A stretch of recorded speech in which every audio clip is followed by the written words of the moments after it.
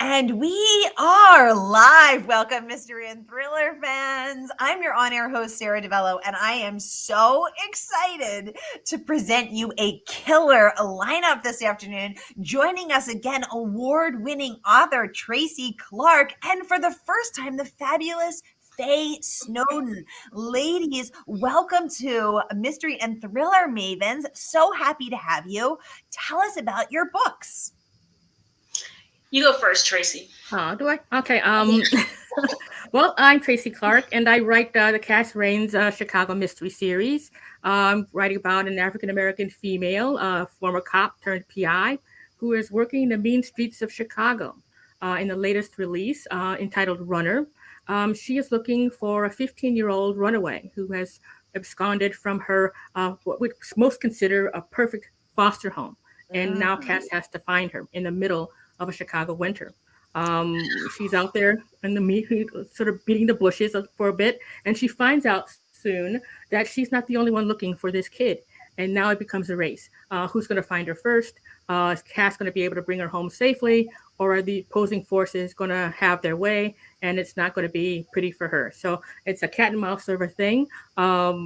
Chicago winter features prominently in the book, and I think it's a pretty good story. It is a very good story. I loved it, and I can't wait for your next book coming out in December. We're going to hear about that soon. But first, Faye, tell us about A Killing Rain coming out in June. Right. So A Killing Rain follows homicide detective Raven Burns. Her father is a serial killer. And when she was a toddler, she actually was involved in some way in what he did. So she has spent her entire life trying to prove herself worthy, trying to prove that she's a good person. And so to make up for his crime, she becomes a homicide detective. So it starts out with a killing fire where she has to stop this ruthless serial killer in Bird's Landing, Louisiana, which is a town I made up. It's a fictional town. And she becomes implicated in those murders. But she eventually, solves that. The conclusion, I won't put any spoilers out there. But in A Killing Rain, Raven feels that she can start her life over again. But she is soon sucked into a new murder investigation of a serial killer when her nephew is kidnapped and people think that he's fallen prey to this serial killer. So it's a race against time while she battles her own interior demons and try to connect with that good part of herself while being mired in all of that evil and blood and stuff that's really not good for her. Oh my goodness. Well, we have a lot to talk about because there is so much meat to pick on these bones. Oh my gosh, I'm so excited. We're going to get all into it. But first, I just want to welcome everyone. We are streaming live to 6 different destinations right now on Facebook and YouTube. So wherever you're watching from, you're in the right place. This is the right time. If you've been here before, you know how it goes. Get your questions going in the comments. This is your time to talk to these 2 incredible authors. And Leslie is saying hello from Canada, giving us her signature Canadian hello. Leslie, I love that. Erin is saying hi. She said Runner is an incredible book. Erin, absolutely. And Tracy has her next book coming out in December. She is switching it up and giving us a whole new cast of characters with the detective Harriet Foster. Tracy, tell us about Harriet. Well, Harriet is a homicide detective with Chicago Police Department. She's in her mid-40s. She's lived an entire life outside of the badge. And she is faced after coming back after a 2-month leave because something sort of tragic happened. And she's faced immediately with a new team of detectives and a serial killer that she has to find. This killer is trawling her streets and dumping bodies in weird places, and she's not having it. So she's got to sort of figure out with her team how to find this killer, how to stop these killings, and then deal with her personal stuff that she's got going. It's complicated. I like a lot of mess with characters. I like characters who have things that are sort of weighing them down and they have to deal with, and Harriet is no exception. She's got to do her job, but also fix herself, and that's a wonderful mixture to have in a book, I think. Absolutely. Dumping bodies in weird places. Let's talk about that. Why, how did you decide where to dump those bodies? What was your research process like? Were you out there driving around Chicago thinking, oh, I'd put a body there? You would think no, but yes. As I ride around, it just normally, I'm looking for places that are dark and sort of gritty and sort of shadowy. And so when I sort of came up with this idea for this story, I sort of remembered those places. The River Walk looks kind of nice in the daytime. At night, it's quite different. So do Lower Wacker, which looks great when you're going to work at 9 o'clock in the morning. Not so great at 2 o'clock in the morning. So dark and shadowy, gritty, rats, all of those wonderful sort of textual things that Chicago is known for, and that I like to sort of highlight. And so there's a lot of that in Hyde. Oh, excellent, excellent. MA is saying a new series from Tracy. Yay! Erin saying she can't wait for this December book. Darla saying good afternoon, all. She is very excited for these interviews. Darla, welcome. Always great to have you. Faye, over to you. How do you decide how to kill your body, how to kill your victims, and where to stash your bodies? Yeah, that's a really interesting question. And and for me, I like a lot of symbolism. Sometimes I have to pull myself back and say, okay, that's enough. Okay? But for this new book, A Killing Rain, the bodies are all found in places of power, right? Where power kind of reigns. So it's a clue in the book. So that's how I decided to dump their bodies. And as far as how victims are killed, I love coming up with new and unusual ways to dispatch people. So yeah, I just kind of try to, but believable, right? Try to look for new and interesting ways to take. Floyd does, and his serial killers, to take people from this earth. It ain't me, so it's Floyd. I love it. I love it. That sounds like a trending hashtag. Yeah. Kathy says, "Oh my gosh, these all sound so good. How to pick the next?" I say vote. I just vote to get them all. Kathy, just get the stack. Get them the stack. Shay with the hobbies. Hey girl, great to see you here as always. She says late, but I'm here. Always a pleasure to have you, ma'am. Thank you. Sharon saying new authors to me, and I love it. Sharon, welcome to the conversation. So good to have you as always. Thanks for tuning in.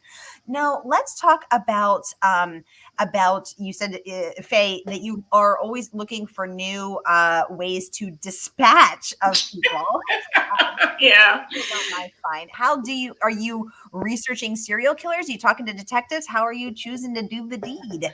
I mostly do mine through research of serial killers, and I also watch a lot of investigative for Discovery and Dateline. And one of my warning when my family they're doing something weird or dating somebody that looks a little suspect, I say, "Girl, you're going to end up on Dateline."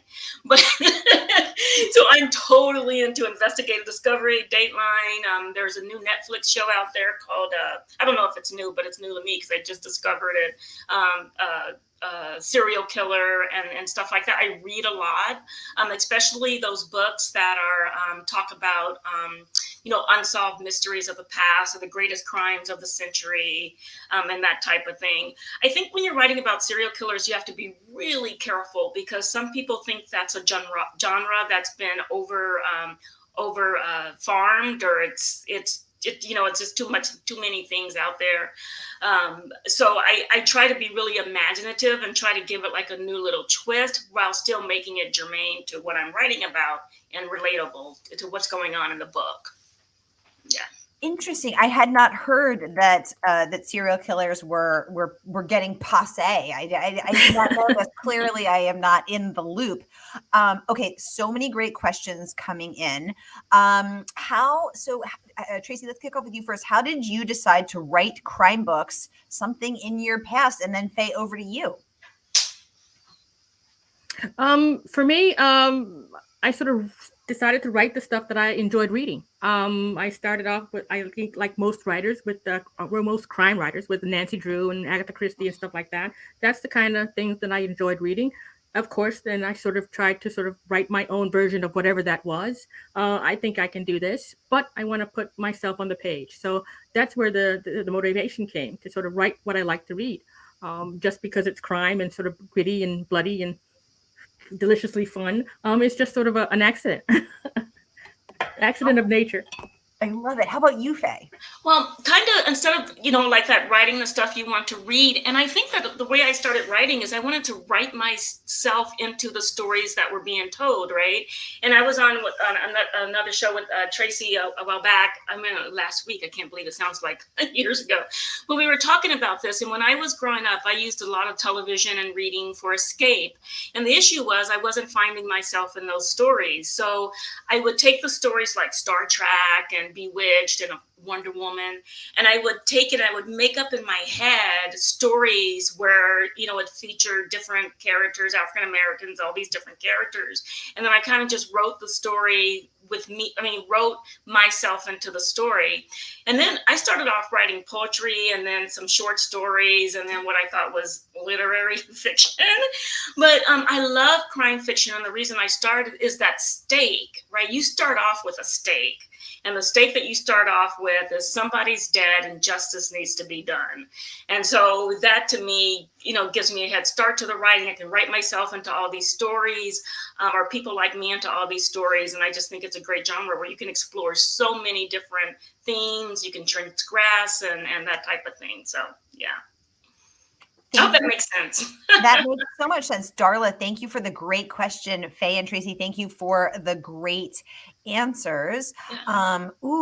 Leslie would like to know more about each of your backgrounds and how did you get into writing? So let's start with you, Tracy. Did you always know you wanted to be a writer? Did you do some other stuff first and then infuse that experience into your writing? Let's talk about your path to the page.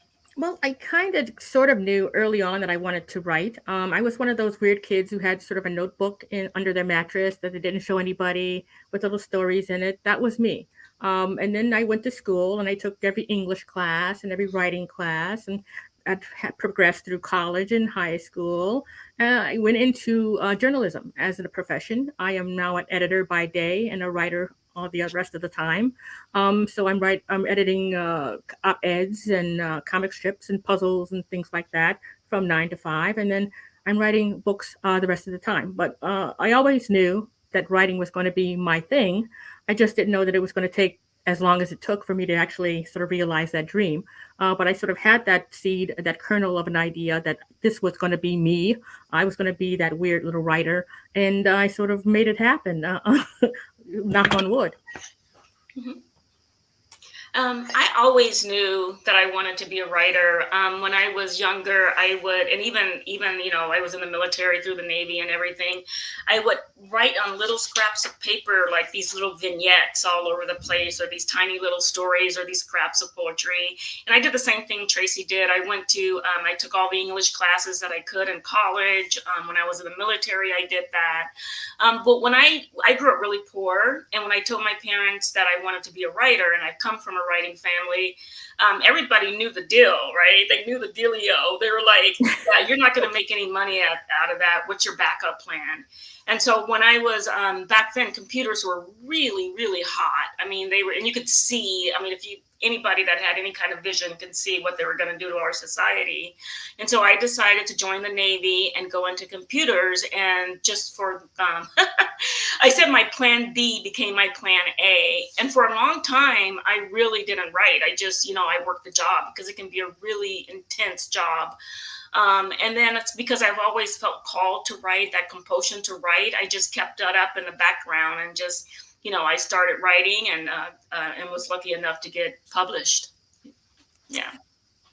Leslie is saying, thank you for answering her question. These are such great backstories.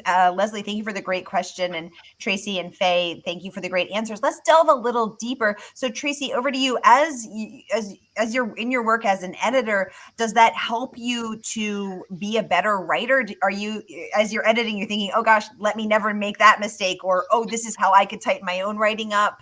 Or does it not? In fact, are these two separate brains? How's it work? It's kind of, well, it sort of helps, but also hinders. Because editors are cutting things away, right? If I wrote a book like I edited, it would be 5 pages because I would sort of boil that story down to 5 pages. That's all you need. That's all the newspaper has room for. Let's go. Books are different. You have to expand and sort of add a whole lot of other stuff like backstory and flashbacks and all that. So it was sort of hard for me to sort of make that adjustment from cutting down to the bare bones to expanding to 90,000 words or more. So I sort of have to wear two hats.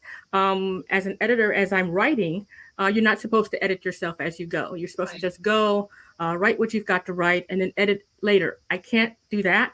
If I have a comma out of space, out of place, I have to fix it as I'm going, because that's just the way the editor part of it goes. If I know something's not right and I try to push on, I'm still on that other page. I have to go back and fix that and then go forward. So it's kind of sort of a weird dual head in there that I have to sort of navigate. But editing and writing, totally different things, totally different parts of your brain. It's schizo at times, and I just have to. That's how I sort of fumble through it, half and half. Yeah, it's tiring. Just fumbling your way to greatness. It's tiring. It's tiring.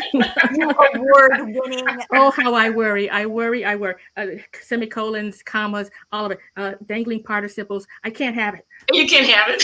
I can't have it. I can't have it. I tried taking a course on master, like it was like grammar and what it was and how it came to be and what you should and shouldn't do. It ruined me. I couldn't do it. I had to stop because then every time I would put pen to paper, I was like, that voice in me was like, what are you doing?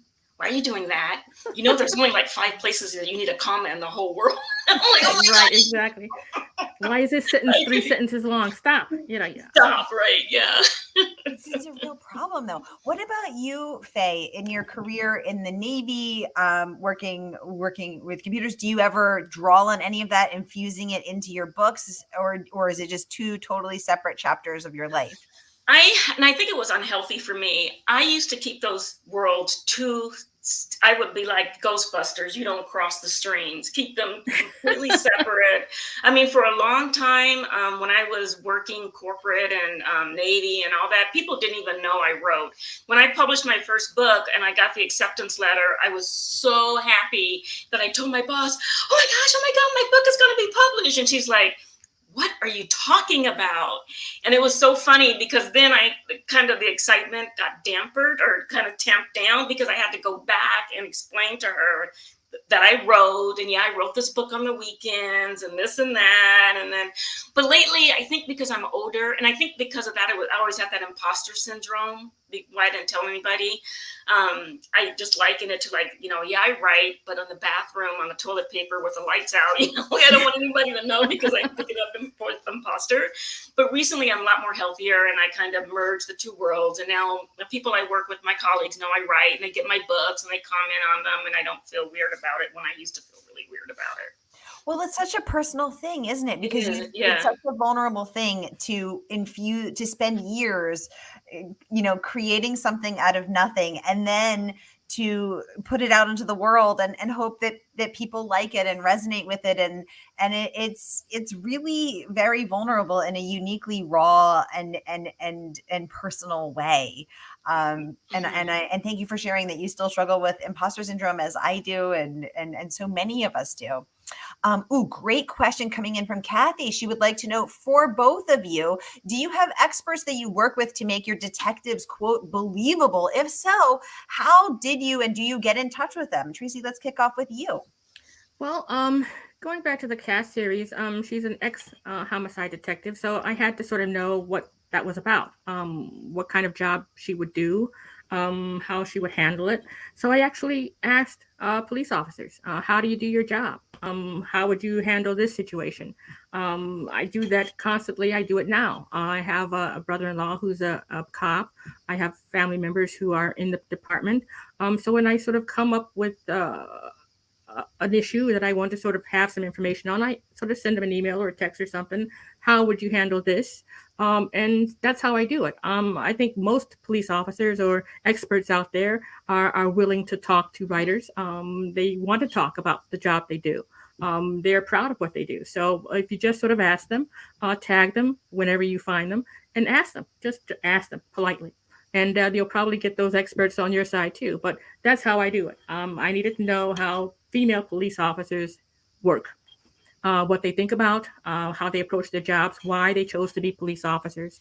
All that's important to sort of give your character some kind of foundation, some kind of gravitas. So you have to have that information first, and then you sort of jump off that hill, and then you create whatever you're going to create. But it's good to have that sort of foundation there first.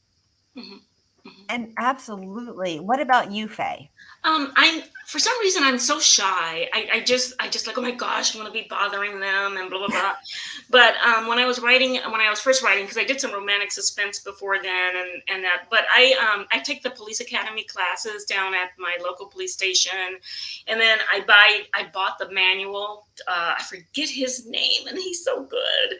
But it's this police detective that wrote the manual for homicides and how to investigate homicides.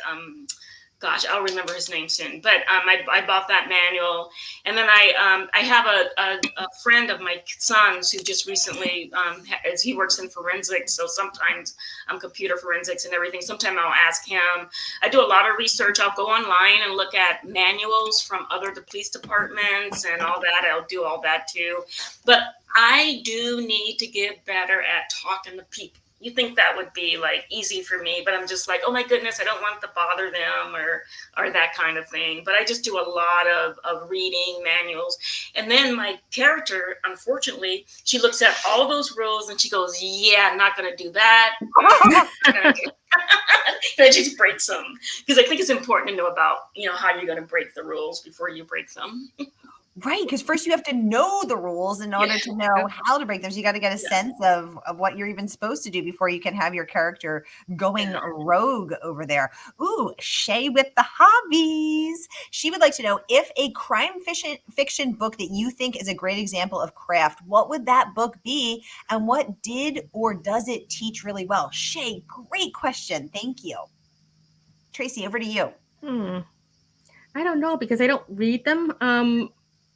I took every writing class there was to take, but at a certain point, you have to sort of just jump. Nobody can teach you how to write. Your voice is your voice.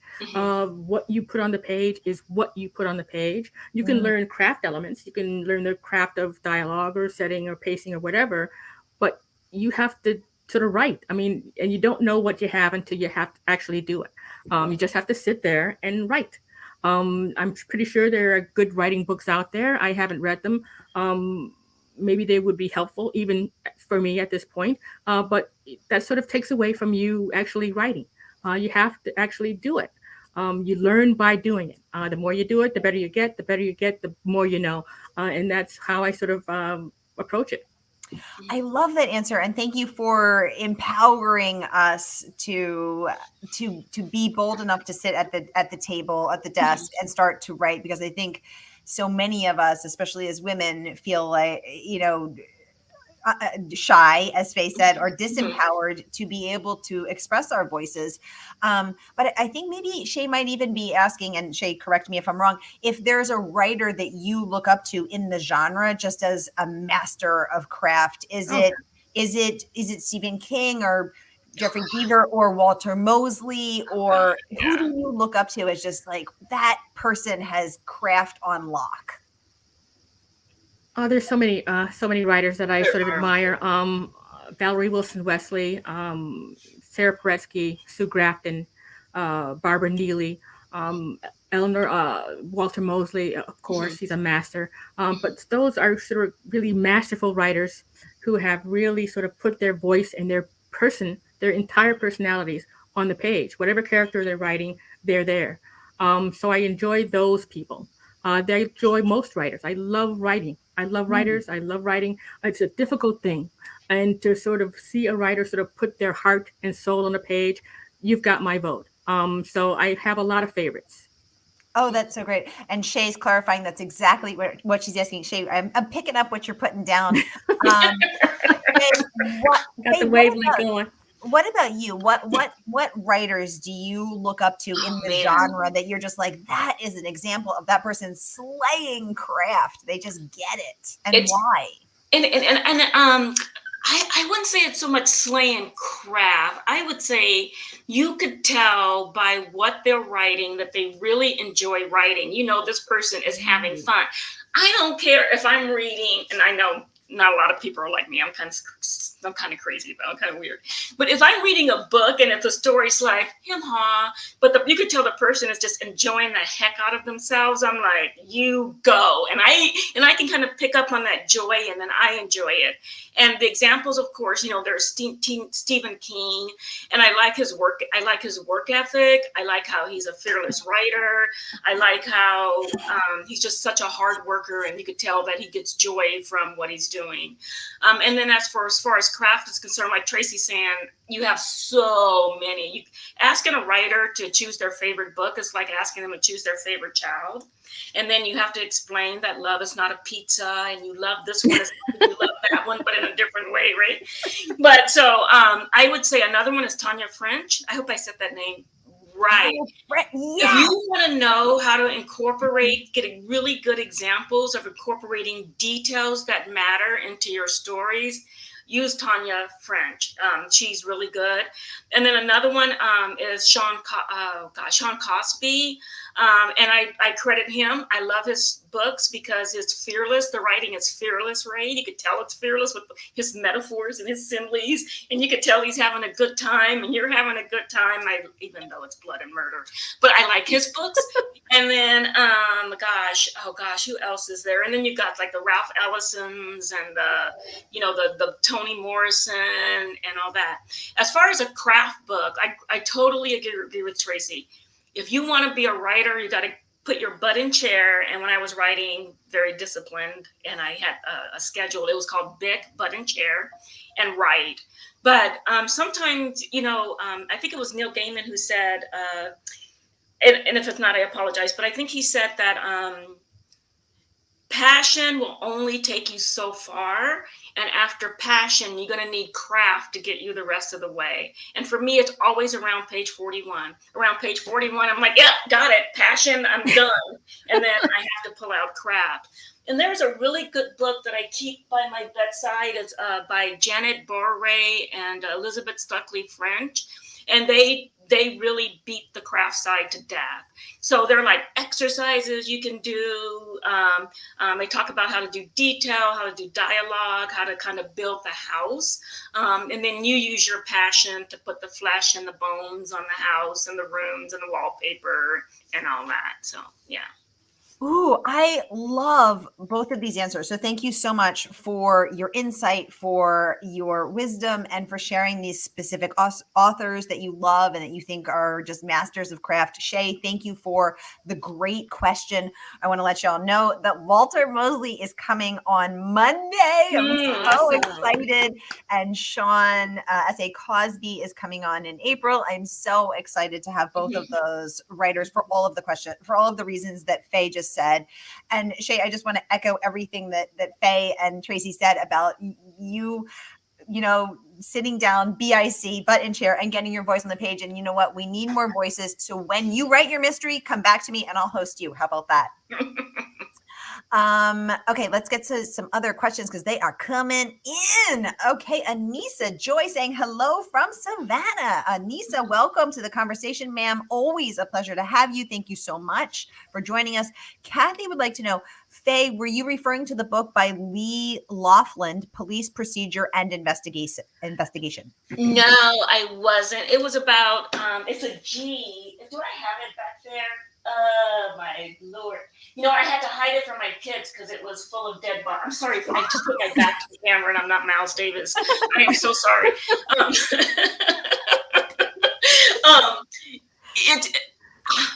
I will put it on Twitter. And then you guys can know. And he has updates. I don't even know if he's still alive, but I'll put it. That's probably terrible, but I'll put it on Twitter, and then you guys can see. Yeah. M.A. Monin saying passion will only get you so far. She loves that. I love that too. And so fascinating to know that it's at page 41 for you. Alan Nunnally saying great answers to those questions. Thank you so much, Alan. Welcome to the conversation. Shay saying thank you so much and sending love and hearts to both of you for this wisdom. Let's get over to some of the amazing press and reviews that your books are getting. So let's kick off with you, Faye. Unnerving Magazine saying full-bodied and dynamic characters carry this one, A Killing Rain, along a mystery, tying a brutal past with a bloody present that will keep you guessing right up to the finale. So let's talk about, and I'm going to pop that into the comments right here. Let's talk about that bit by bit. So let's start in with the full-bodied characters. I'm just going to pop it up for a second. But what is the secret, Faye, to creating full-bodied and dynamic characters that will, quote, carry a book along? How do you do it from a craft perspective from page 41 on? That's funny. And I love Tracy's answer the other night. But I have to get to know my characters. So I have to do like little tricks. This is going to make me sound totally bifurcated. But I interview them. I do little interviews with them. I craft their day, what their day is going to look like. I free write with them. They have a journal. So, and this sounds like a lot of work, y'all. It's not. I mean, I just may be saying, okay, free write like you're Raven, and then I'll free write like I'm Raven. I also do, my characters have a timeline. I know where they go to college. I know, or if they went to college, I know how they feel about religion. And I use a lot of, if you guys ever heard of the book Bird by Bird, she talks about a little bit, Anne Lamont, about how to do characters, what grows in their garden kind of thing. And it doesn't not necessarily have to be vegetables. It could be anything, and what do they care about? What do they tend to? And that's how I build my characters. I can't write a book until I have that character's voice. And sometimes it takes me years to get that voice right. And this one I'm working on now, and Sara, you talked a little bit about you're working on one too, is set in the 1920s. And the voice of the main character is going to be a dual timeline, but it's in my head and I haven't had time to write. But it took me I think, 3 to 5 years to get that voice, which is not really good for a writer if you want to be prolific. So I need to kind of figure out how I'm going to change that. Oh, I love that. And oh my God, your brain must hurt trying to hold all that information. Yeah.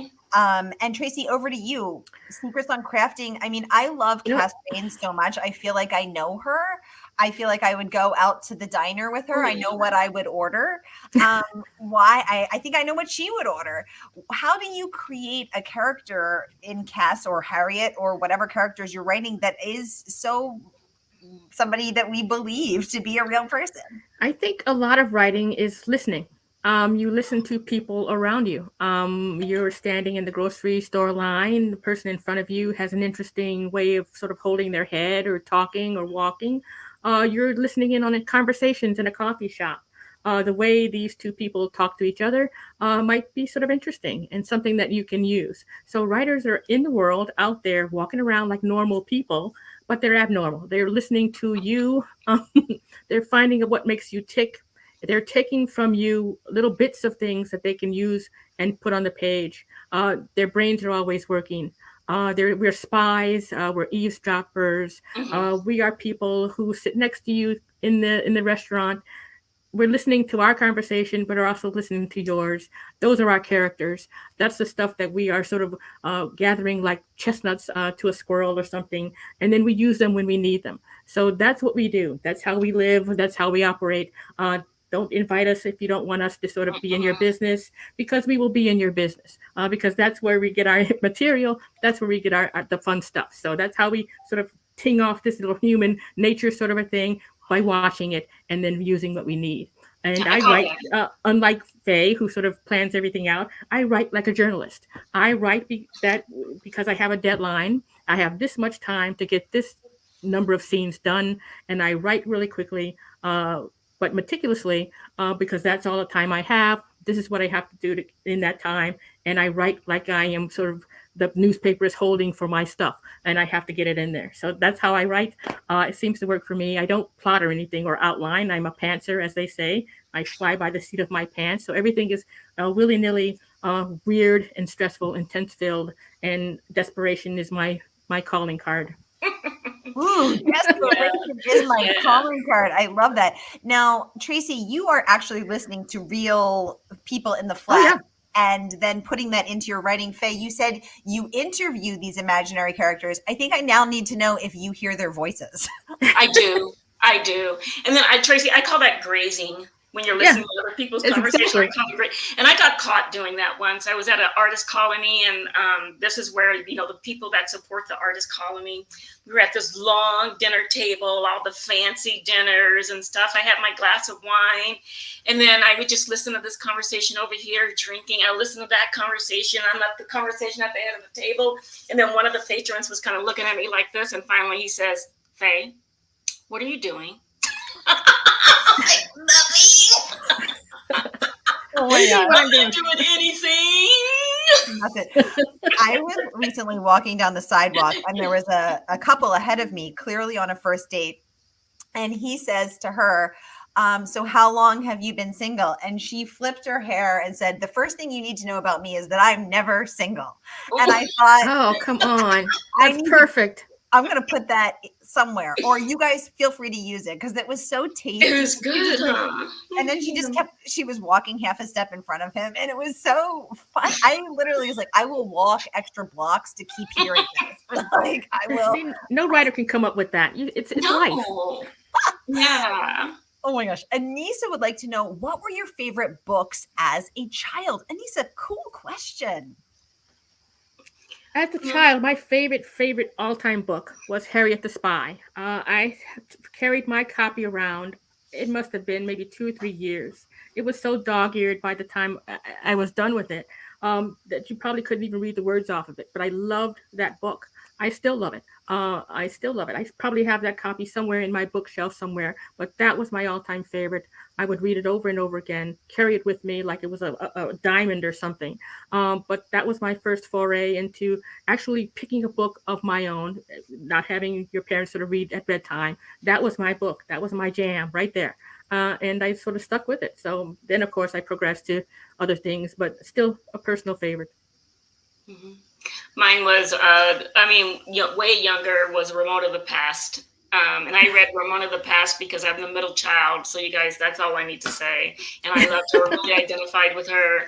And then, I didn't get jumped into a lot of books like that. I went right to like poems and stuff. And then, just because the way I was raised was really weird. And then I went into a lot of classics. But at a young age, probably way too young. I think I encountered like Ralph Ellison as one of my favorite books of all times. So. And I'm sorry, Faye, I missed it. It was Ramona the what? Ramona the Pest by Beverly Cleary. Oh, Ramona the Pest. I mean, I used to look at something and it would break. And that was that clumsy. It was like, I swear, I just looked at the lamp, Mom.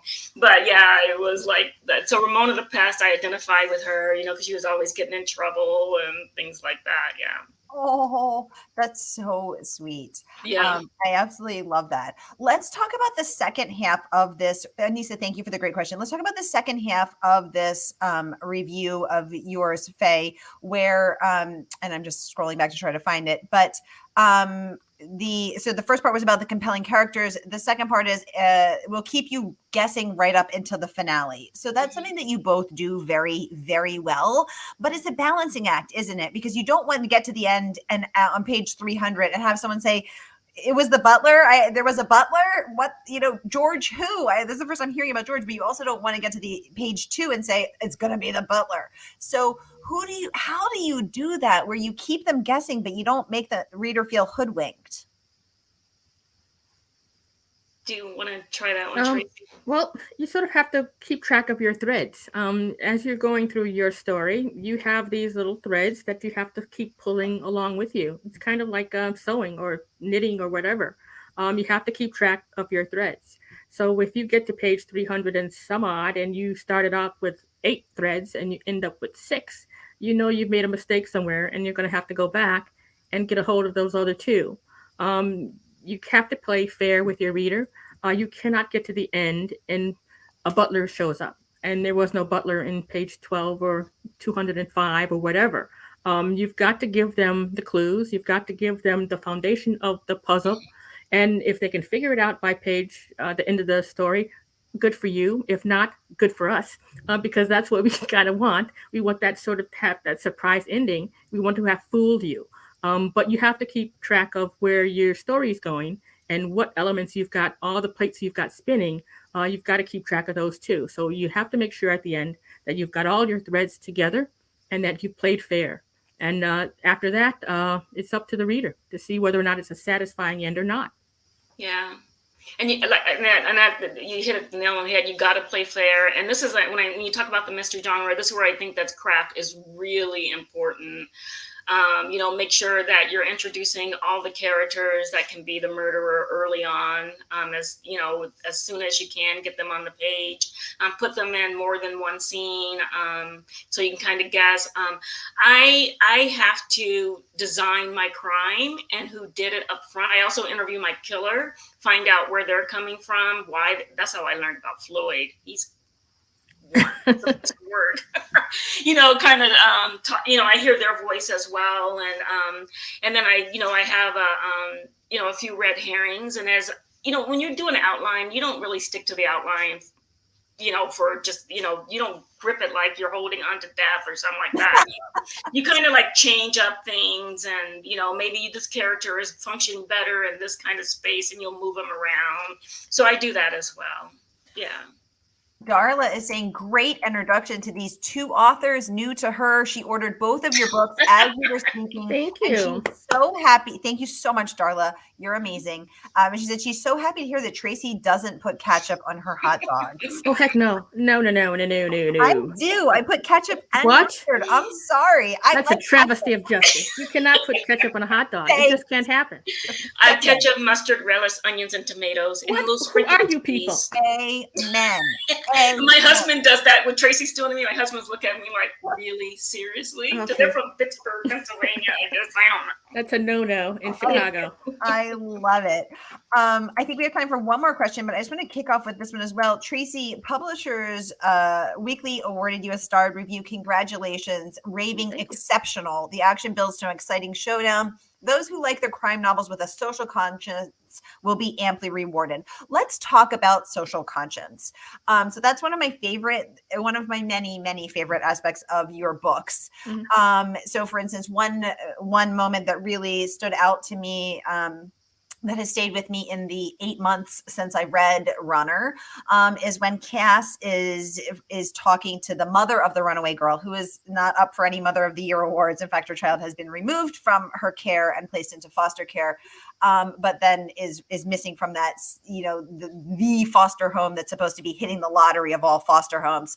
And she says to her, Cass says to the mother, how come you aren't going to the police? Like, this is a police case. And she says, they don't look for us like they do the white girls, is implied. And I'm not quoting this verbatim, but it's just that scene has stayed with me because it's true. There are more Black girls missing than white girls, and those cases are more likely to go unsolved. You don't go into those details, but you just plant this moment, and we feel it as a reader. We get that, and it's in there.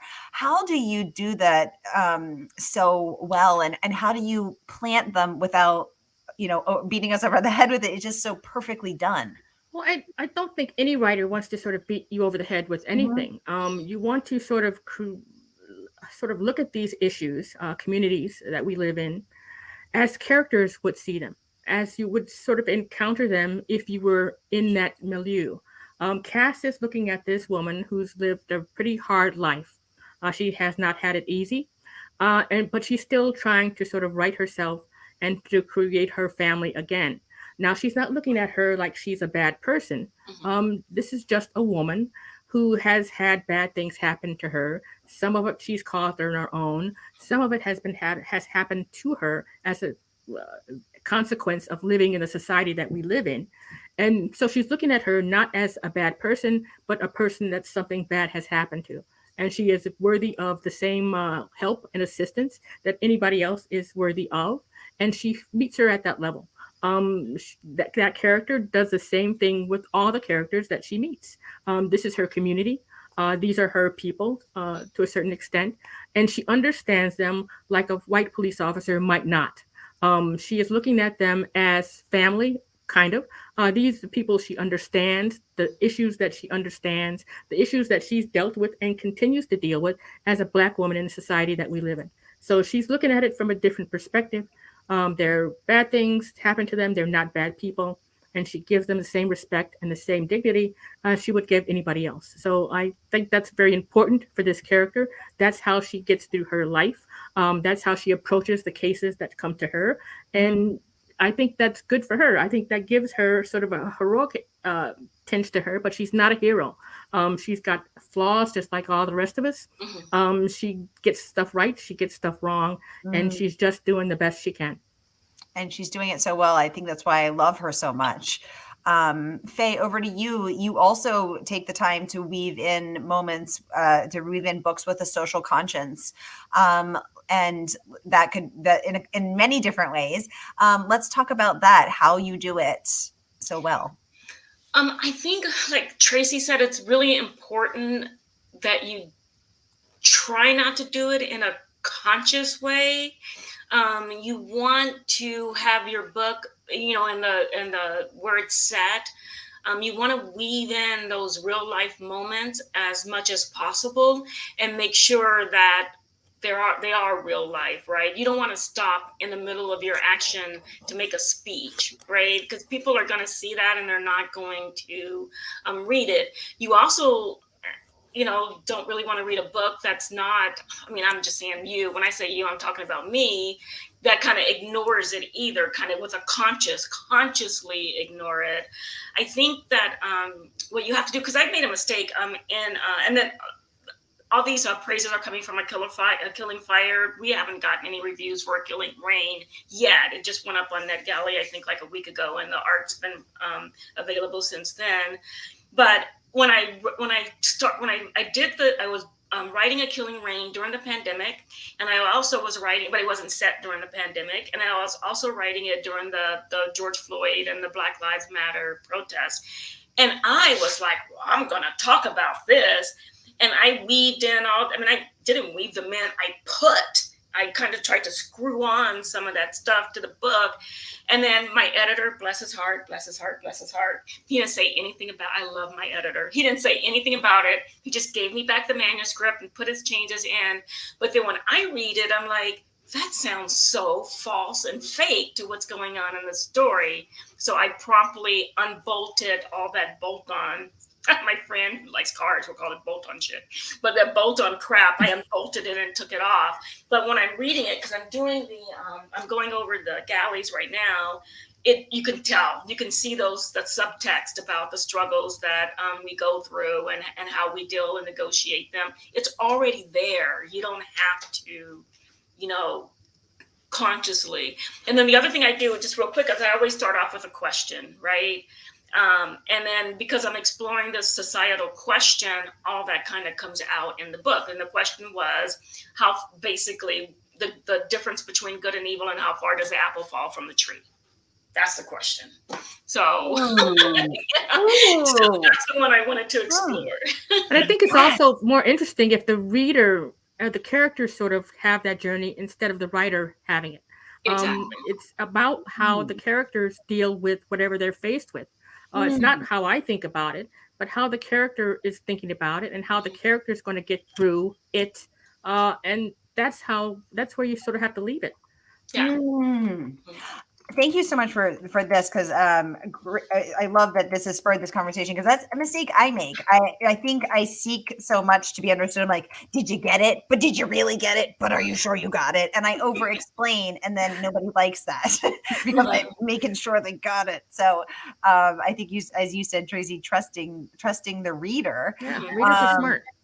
Readers are smart. Exactly. Darla is saying she loves these gals. Darla, me too. Aren't they amazing? And what a perfect moment to end on. I want to thank you both for coming on and telling us all about Runner and A Killing Rain. And Faye, you will be back in June when A Killing Rain comes out. And Tracy, you will be back in December when your Harriet Foster book, currently titled Hide, comes out. So I can't wait to have both of you back. Thank you so much for joining me for this Mystery Monday. And I'll look forward to seeing you later this year. Thank you. And I'll see everybody else tonight at 7 p.m. Eastern, 6 p.m. Central with the New York Times book review crime columnist Sara Weinman. I'll see you tonight, everybody. Have a great day. Thank you.